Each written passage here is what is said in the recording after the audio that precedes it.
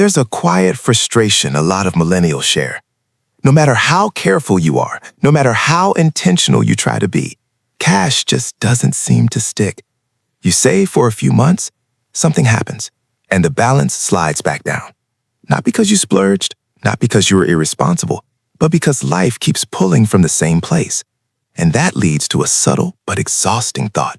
Why does building cash feel so much harder than it used to? Today on Millennial Money, we're going to unpack why cash accumulation became structurally harder for millennials and what kind of financial design actually makes cash buildable again. My name is Zach, and I spend an unhealthy amount of time thinking about why people who understand money still struggle to hold on to cash. People who budget, people who save first, people who don't live extravagantly, and yet their cash balance feels temporary, almost fragile. If that sounds familiar, you're not failing at money. You're living inside a system where cash has to work harder than it used to. Let's talk about why. For earlier generations, cash often built passively. Expenses were slower, fewer, less interconnected. Bills arrived monthly.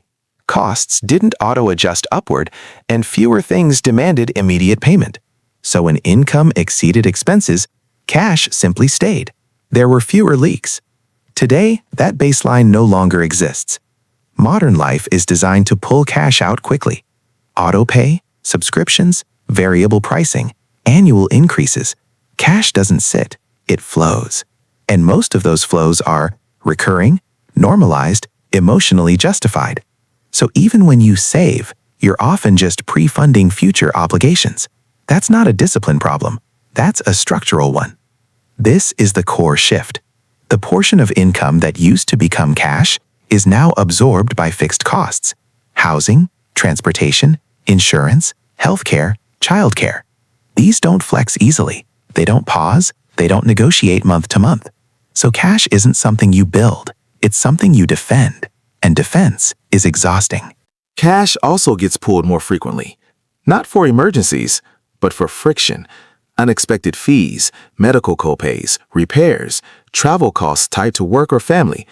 Life throws more medium-sized problems now, big enough to require cash, too small to justify debt. So savings becomes a revolving door. When cash doesn't grow, people assume, I must not be disciplined enough.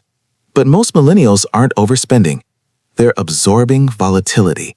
They're acting as shock absorbers for a system that offloads risk onto individuals. And when you're constantly absorbing impact, cash accumulation slows, even when behavior is responsible. That's not failure. That's physics.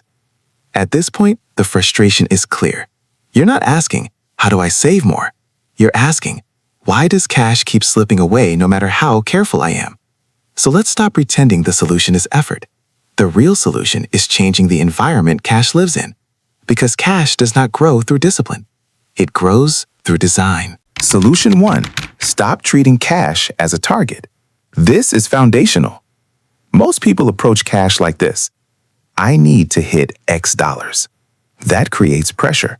Pressure creates fragility. Because the moment something pulls from it, it feels like failure. Instead, reframe cash as a symptom. Healthy systems produce cash naturally. Unhealthy systems burn it constantly. So the real work isn't chasing a number. It's asking, what conditions would allow cash to stay untouched for 90 days? That's the first design goal. Not growth, stability. Solution 2. Identify where cash is doing the wrong job. For most millennials, cash is overloaded. It's trying to be emergency fund, volatility absorber, guilt reducer, future planner, anxiety buffer. No single pool can handle all that. So instead of asking how much cash you need, ask, what problems keep calling my cash into action? Is it random expenses? Uneven income? Fixed costs hitting at awkward times?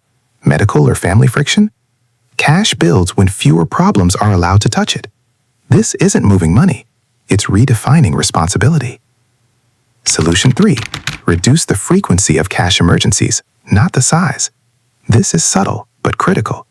Most advice focuses on big emergencies, but millennials bleed cash through medium repairs, surprise fees, timing mismatches, recurring inconveniences.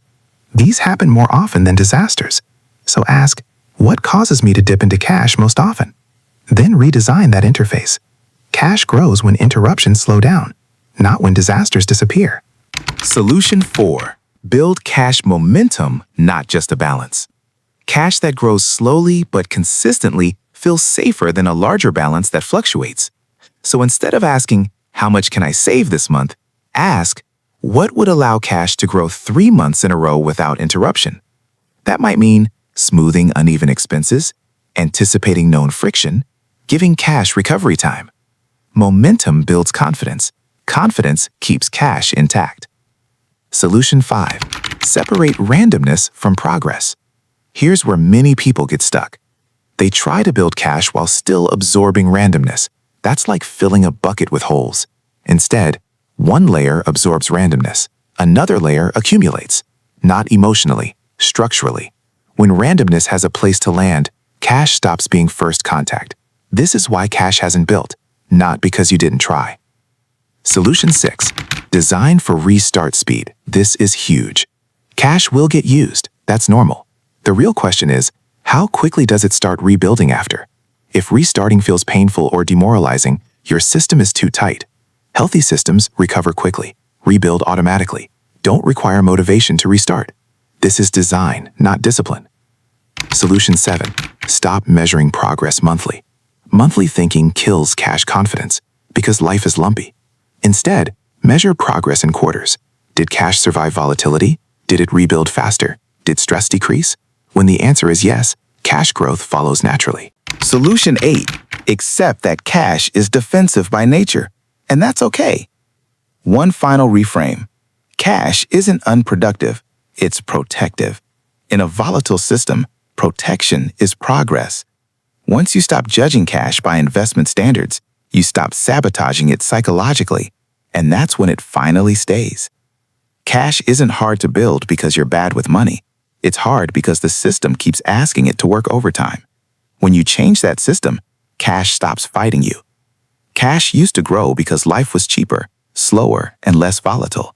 Today, cash grows only when systems are designed intentionally. That doesn't make you bad with money. It makes you realistic. The goal isn't to hoard. It's to create enough space that cash finally has room to stay. If this video felt uncomfortably accurate, good. That usually means you're seeing the system, not blaming yourself inside it. Most people aren't bad at saving. They're just living in a world where cash has to fight harder to survive. This channel exists to help you design around that reality, calmly, intelligently, without extremes. If you want structured, long-term financial clarity, subscribe. We don't chase hacks here. We build margin. We build control. I'll see you in the next one.